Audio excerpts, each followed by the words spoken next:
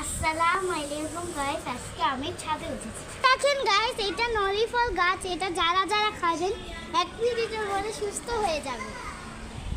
এই গাছের যে ফলগুলো খুবই উপকারী। দেখেন কত সুন্দর।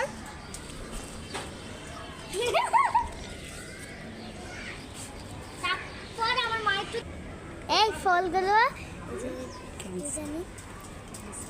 ক্যান্সার বৃদ্ধি বাড়ায়।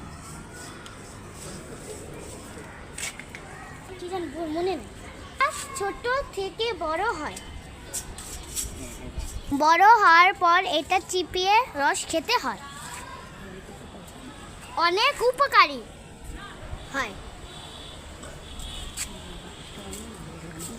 আমাদের গাছটা অনেক বড়।